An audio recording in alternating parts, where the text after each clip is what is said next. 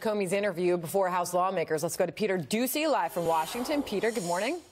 Good morning, Sandra. Behind closed doors, Comey confirmed there was not evidence of campaign collusion when he left the FBI. He said this, quote, "That's the way we treated the Russian counterintelligence investigations. We opened them in late July, didn't know whether we had anything. In fact, when I was fired as director, I still didn't know whether there was anything to it." He also explained, quote, "The Trump campaign was not under investigation. The FBI in late July opened counterintelligence investigations of 4 Americans to see if they were working in any way with the Russians to influence our elections." And Comey called complaints about Mueller investigator Peter Strzok a conspiracy. He said this, "Peter Strzok helped draft my letter to Congress on October 28th that Hillary Clinton blames for her defeat. So it's hard for me to see how he was on Team Clinton secretly at that point in time."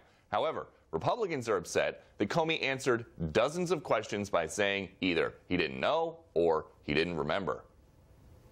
It's pretty amazing that Jim Comey has memory lapse issues. Maybe he needs to get checked for that. I'm not sure. But, you know, when he walks out in the hall and he finds reporters, it's all of a sudden becomes very loquacious. He gets to talk about everything. And to say that there was not a FISA abuse problem. But Democrats walked away very satisfied that Comey's FBI never bent the rules to spy on Trump associates. The entire purpose of this investigation is to cast aspersion on the real investigation, which is Mueller. There is no evidence whatsoever of bias at the FBI or any of this other nonsense they're talking about.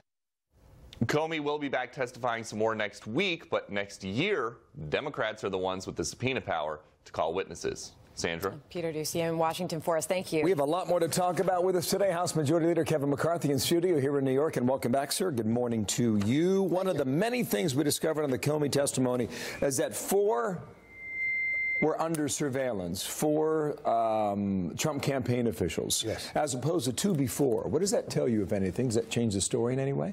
I don't think it changed the story, but it goes to show the discrediting of Comey.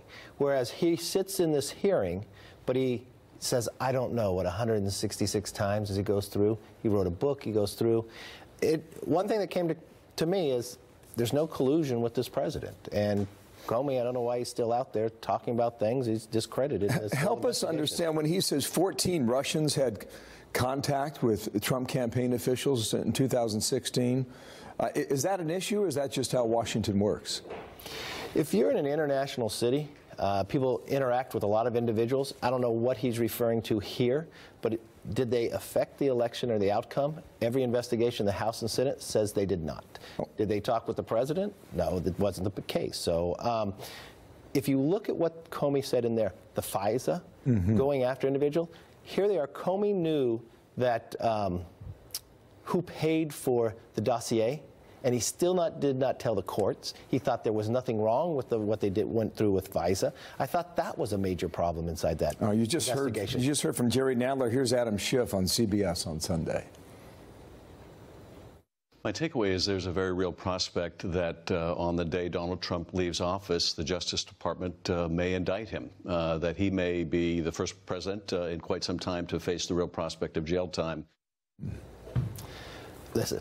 Schiff is the same individual who 2 years ago, before any investigation started, said he had proof and that it could never produce anything.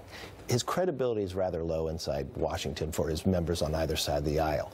I think what it shows, if the president hires an attorney to solve a problem, he expects him to do it in a legal manner. I don't see, and if Schiff is taking this beyond to go forward and say there's a impeachable offense because of a campaign finance problem, there's a lot of members in Congress who would have to leave for that same place. You leave the majority the first week of January. What do you think this does to the state of Washington affairs when Democrats head up all these committees?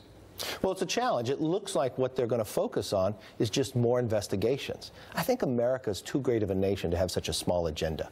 I think there's other problems out there that we really should be focused upon.